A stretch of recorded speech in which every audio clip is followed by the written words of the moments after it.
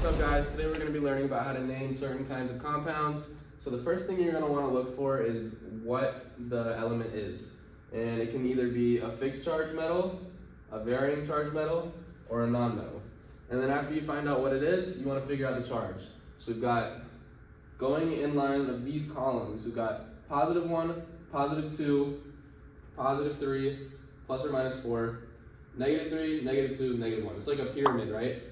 It goes 1, 2, 3, 3, 2, 1. And so type 1 naming is going to be a fixed charge metal and then a non-metal. So it's going to be a pink plus a green. For example, like lithium plus carbon, that'd be type 1.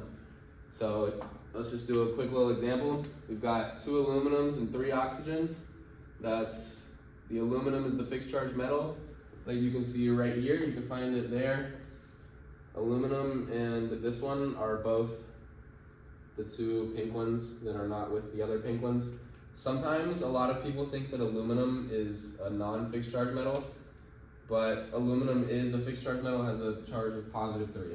So here we're gonna go just aluminum oxide. When you're doing type 1 naming, you're just putting the first element in front of the second element and then adding "ide" to the end. So it's gonna be aluminum oxide. And then moving on to type 2 naming, it's a varying charge metal and then a non-metal. So it's going to be an orange plus a green. And a common one is, you'll see, is iron, and then you can mix it with something like fluoride.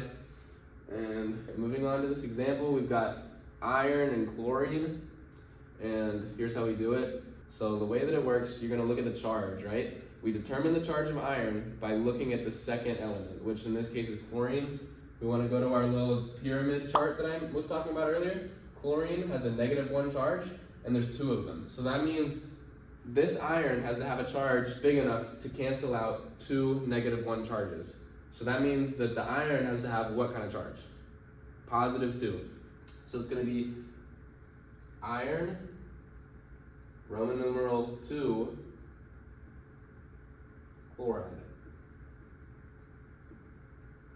Like in type 1 naming, you want to just add an "ide" at the end. Moving on to the final type, type 3 naming, it's going to be a non-metal and a non-metal, or a green and a green. And just any 2 of these over here. So here we've got N2O5. It's 2 N's and 5 oxygens. And when you do type 3 naming, you're going to want to use this key here. It's a Greek something, like a Greek whatever prefix. It's a Greek prefix. And so we're going to do dinitrogen pentaoxide because it's 2 and 5. So this example is going to be dinitrogen and then pentaoxide. Sorry, I ran out of space. Or just pentoxide. You don't want to have 2 vowels. It's just going to be pentoxide. And then moving on, here's some other examples. If you want to pause the video now and try to do these on your own, and then if you have trouble, we can do them together. I'll give you a second to pause it now.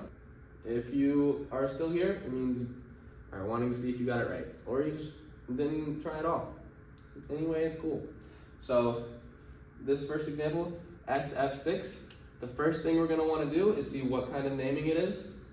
So we've got S, which is sulfur, and then F, which is fluorine, and that means that it's going to be type 3 naming.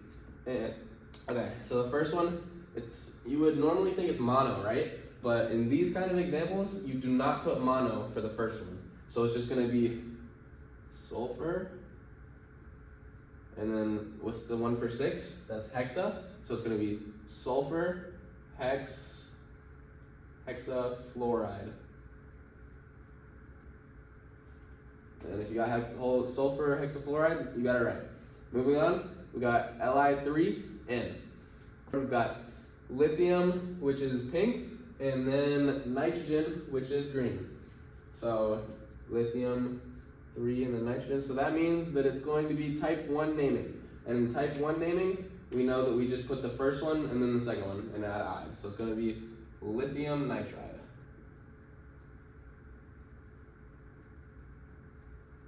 Nice. Moving on, we've got SnF2.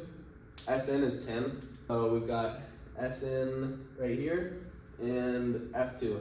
Which color is Sn? So that means that it's going to be a varying charge metal and a non-metal, which means it's going to be type 2. So we've got SnF2. What charge is F2? F is a -1 charge, and there's 2 of them, so that means that it's going to be a -2 charge, which means Sn is going to have 2 as the Roman numeral for it. So it's going to be 10, not Sn, it's 10, I, fluoride. Moving on to our final example, we've got PbCO3-2. If you remember from our video the other day, this is a polyatomic. What polyatomic is it, you may ask? It is carbonate. And what charge does carbonate have? It is a -2 charge. So Pb, what is Pb? It's lead, and it is a metal without a fixed charge. So that means that we're going to use type 2 naming to see what it is. So first we need to figure out which charge Pb is going to have, lead. So it's going to be -2 times 2, because there's 2 on the outside. So that means that it's going to have a +4 charge to cancel out this -4 created by the 2 carbonates. So it's going to be lead, IV, carbonate. Those are all 3 kinds of examples of the naming. If you made it through this video, I think you should be confident in yourself to name all of these compounds. If you have any questions, leave them below. If I messed anything up, please let me know. I'm not perfect, I'm a human. And I hope this really helped you guys. Thank you so much. Have a great semester.